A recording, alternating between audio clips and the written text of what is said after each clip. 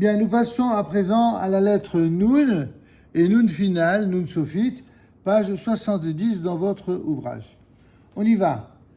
Nun et Nun sophite, elles, ces deux lettres qui sont les mêmes en fait, se prononcent comme un N français et se lisent avec la voyelle qui les accompagne. Naneni, nonou, d'accord? Leur valeur numérique, c'est 50. Sophite veut donc dire finale, comme on l'a déjà vu pour la précédente. Et le nun sophite ne pourra jamais se trouver ni au début du mot, ni même en son milieu. C'est le propre de toutes les lettres finales, otiyot, sophiot. Voici à présent, nous passons à la lecture de la page 71. Première ligne. Na, ne, ni, nous.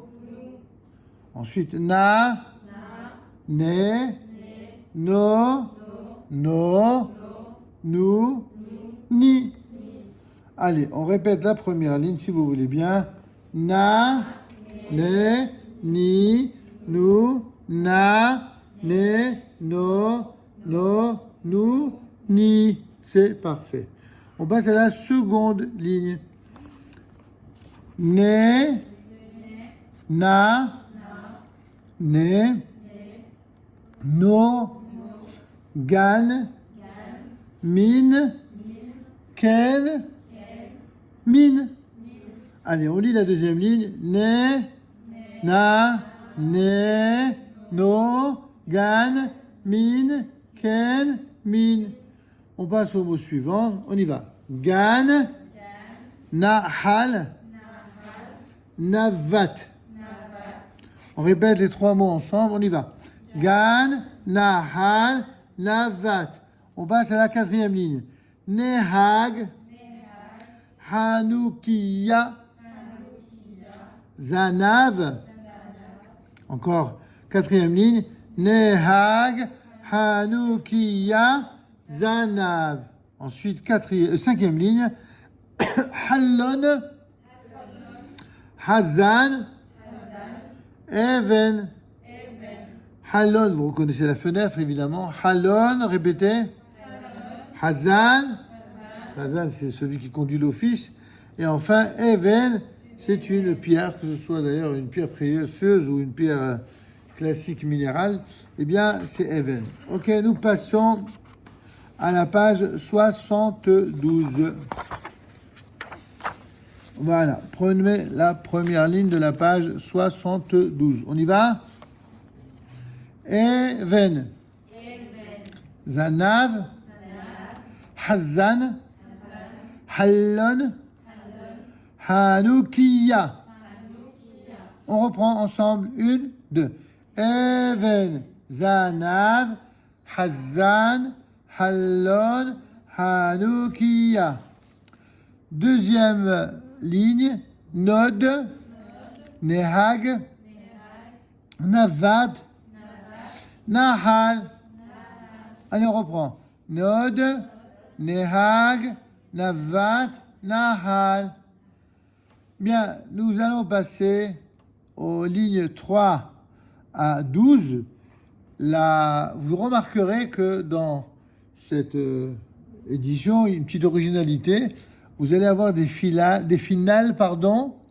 qui seront tantôt en bleu roi, bleu foncé, et tantôt en rose. Lorsque ça se termine par un bleu, entre bleu roi et bleu foncé, c'est un bleu, je sais pas comment ça se dit, enfin c'est un bleu particulier, très joli d'ailleurs. Ça, c'est pour exprimer le masculin, et le rose, ce sera pour exprimer le féminin. Par exemple, Av, ça signifie le père. Avinu, c'est notre père, quand ce sont des hommes qui parlent. Avichem, c'est votre père lorsque vous vous adressez à des hommes. Et Avihem, ce sont leurs pères lorsqu'on parle des pères de ces fameux hommes. Mais si ce sont des filles ou des femmes qui parlent, alors pour dire notre père, on dira Avinu. Ça, pour l'instant, c'est comme le masculin. Ensuite, vos pères, vous mesdemoiselles, vos pères, c'est Avichen. Et leur père à elles, à ces jeunes filles ou ces jeunes femmes, Avihen. Vous avez compris?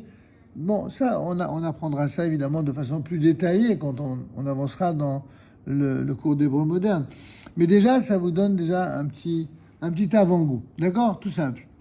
Alors, on recommence. On y va. Av, Avinu, Avichem, Avihem. Ensuite, Av, Avinu, Avichen, Avihen. Allez, on dit les deux lignes l'une après l'autre ensemble. 1, 2. Av, Avinu, Avichem, Avihem. Av, Avinu, Avichen, Avihen. Allez, la même chose pour la 5e ligne.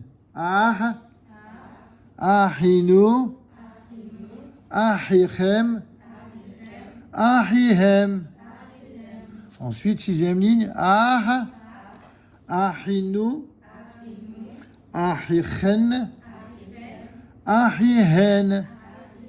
On reprend les lignes 5 et 6 ensemble. 1, 2. Ah, Ahinu, Ahichem, Ahihem. 6e. Ah, Ahinu, Ahichen, Ahihen. 7e ligne. Dod. Alors, je ne vous l'ai pas dit, mais c'est le frère. Hein. Notre frère, votre frère, leur frère. D'accord? Dit au masculin et au féminin. Maintenant, Dod, c'est un oncle, un tonton. Donc, Dod, Dodenu, Dodechem, Dodam. 8e, Dod, Dodenu, Dodechen, Dodan. Bon, quand je vous ai dit Dodechem et Dodechen, ça c'est selon, on va dire, une prononciation grammaticale un peu puriste, selon la lecture authentique de l'hébreu biblique, ou tanachique en tout cas, ou dans la prière. Mais dans l'hébreu moderne, ils ne vont pas se casser la tête à vous dire Dodechem ou Dodechen. Ils diront Dodchem. Que vous sachiez, le sheva au milieu d'un mot, très souvent, en hébreu moderne, ils ne le prononcent pas dans le langage parlé, même si, normalement, la grammaire l'exige. Ça, c'est des choses que vous apprendrez avec le temps. En tout cas, on reprend lignes 7 et 8 ensemble. On y va? 1, 2. Dod, Dodenu, Dodchem, Dodam, Dod, Dodenu, Dodchen, Dodan. Évidemment, Dodan n'a rien à voir avec le Dodan en français. Hein. On y va, 9e ligne. 9e ligne, c'est Hiyuch. Hiyuch, ça signifie un sourire. Sourire. Hiyuch, répétez. Hiyuchenu. Ce qui signifie notre sourire. Hiyuchechem.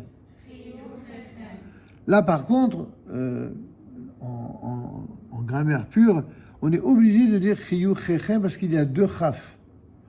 Lorsque 2 lettres identiques se suivent et que sous la première des 2, il y a un sheva, alors il se prononcera et. On dira Hiyuchechem parce qu'il y a 2 chaf, tout comme dans le mot Alléluia, il y a 2 lamed. On ne dira pas Alléluia, on ne dira pas Hiyuchechem. Ça ferait trop moche, ça ferait une euphonie très désagréable. Et donc, on dira Hiyuchechem. Répétez. Et enfin, Hiyucham. On passe au féminin, donc, ligne numéro 10, Hiyuch, Hiyuchenu, Hiyuchechen, Hiyuchan. Allez, on reprend les lignes 9 et 10. On y va. Hiyuch, Hiyuchenu, Hiyuchechem, Hiyucham, Hiyuch, Hiyuchenu, Hiyuchechen, Hiyuchan. Et on termine avec les lignes 11 et 12. On y va. Yad, c'est la main. Yad, Yadenu. Yedchem, Yadam. Ensuite, Yad, Yadenu. Yedchen, Yadan. On reprend 11 et 12. Yad, Yadenu.